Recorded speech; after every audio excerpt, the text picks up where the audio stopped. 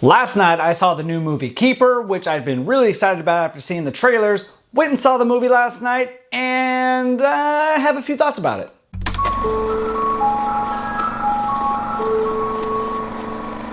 What's going on, folks? Chris from Cinema Hooked, and to those subscribers out there, sorry for the week break that I took. I've had some stuff going on in life, but I've been seeing lots of movies. Earlier tonight, I just saw the new Running Man. Last night, after I saw Keeper, we watched the old Running Man with Arnold Schwarzenegger. You can check out my review of the new movie right there. To people out there who aren't subscribed to my channel, I'm Chris, Cinema Hooked, and on this channel I tend to keep things a little bit more on the positive side, even when there's a movie that I don't like, and it's rare that I'll really dig into the negatives. War of the Worlds is still the only movie I've really dug at on this channel, so it's rare you'll find me just doing that thing where people just dump on movies, because I find that whole niche of YouTube to be very boring and unauthentic. So I try and keep things a little light, a little bit positive. But if you want to check out my review of War of the Worlds, you can check it out right there. I think it's funny, objectively. That's my bias, but that was a bad movie. It's the only time on this channel I've really been rude about a movie. But today I'm here to talk about Osgood Perkins' new horror film, Keeper, starring Tatiana Maslany and Rossif Sutherland, which until today I didn't even know his name. And when I looked him up, when I saw Sutherland, I was like, well, he must be related to Donald Sutherland, and in fact, he is. I saw this trailer a few months back when I saw a different Neon film.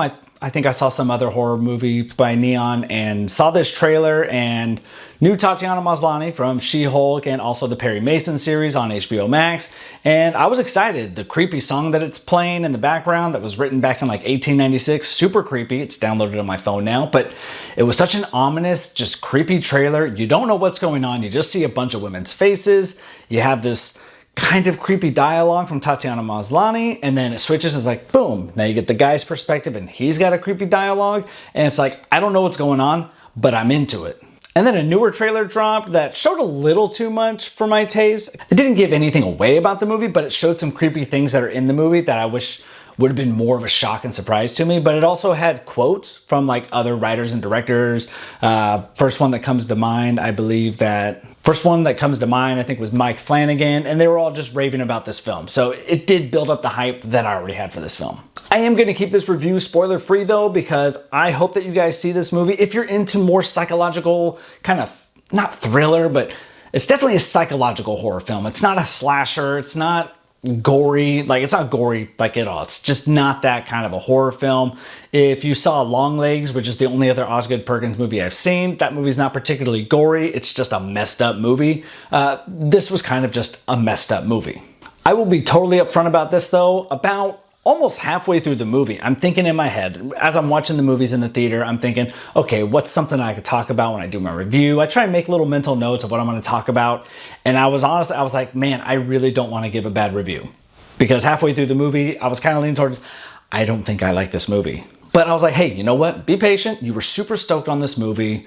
It's not bad. It's just nothing's happening so far, but something's got to happen. I mean, something's got to happen. And then something happened. The story was cool. And it plants little just seeds throughout the film, and it all blooms towards the end, and everything makes sense, and kind of it tells a good story. That's all I'll say. It tells a good story. And the reason halfway through the movie that I was thinking that maybe I was going to have to give this movie a bad review, even though I didn't want to, I thought I might have to, was it feels very art house. It's very artsy. The cinematography, which I really like, that's kind of all the first half was. It was just kind of a lot of pretty, very cool, very unique visuals. And I mean, it was like great to see, but it's like, where's the story? Where's the dialogue? There's not a whole lot of talking in the first half. And the talking that is in the first half, it's kind of awkward, but it's awkward for a reason. And you do find out later why the dynamic between these two people is so weird.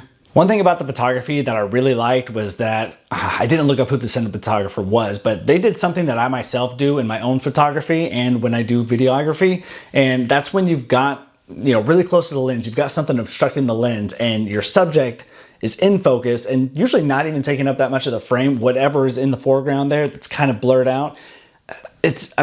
If you see the movie, you'll know exactly what I'm talking about, but there's a lot of those shots in the movie. So as a photographer myself, I did really enjoy that. I thought the cinematography was really good in this film, and the color grading, it was all really well done, and the score was good, and that creepy song, again, it's on my phone. I love it. It's a creepy song, and I love it.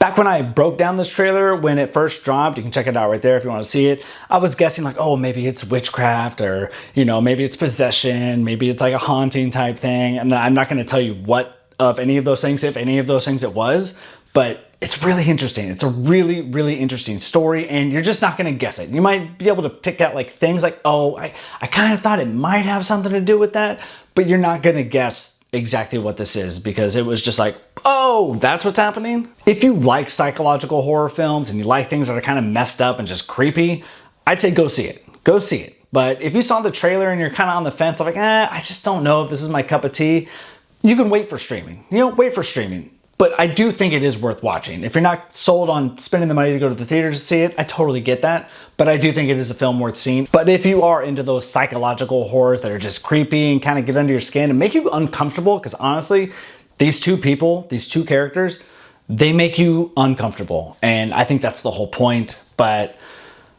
it's a really unique film. I really like it. If you like Osgood Perkins, I think you'll like it. I still need to see The Monkey. I've heard very mixed reviews about it, but I liked Longlegs. I do like Keeper. I recommend going and seeing it. If I had to rate this on a scale of 1 to 10, which I typically do the 1 to 10, I can't do the 1 to 5. That's too hard. But 1 to 10, I'd give it a solid 7. You know, it didn't blow me away. It's not the horror movie of the year. It's not the best thing I've ever seen, but I was satisfied. I was happy. While it made sense by the end of it, I didn't love that the first half was as slow as it was. I get that they were trying to build up, you know, the story, and they were trying to tell a story that was more visually, it was visual storytelling as opposed to like audibly telling the audience like, this is what's happening.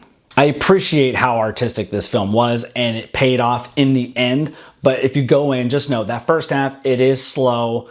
It's a lot of visuals. It's not a whole lot of dialogue, but it does pay off in the end. I do recommend seeing it. 7 out of 10, that's a good score in my book. But if horror really isn't your thing, or you're kind of interested in this, but you're on the fence of whether or not it's really worth seeing, I do recommend going and seeing The Running Man.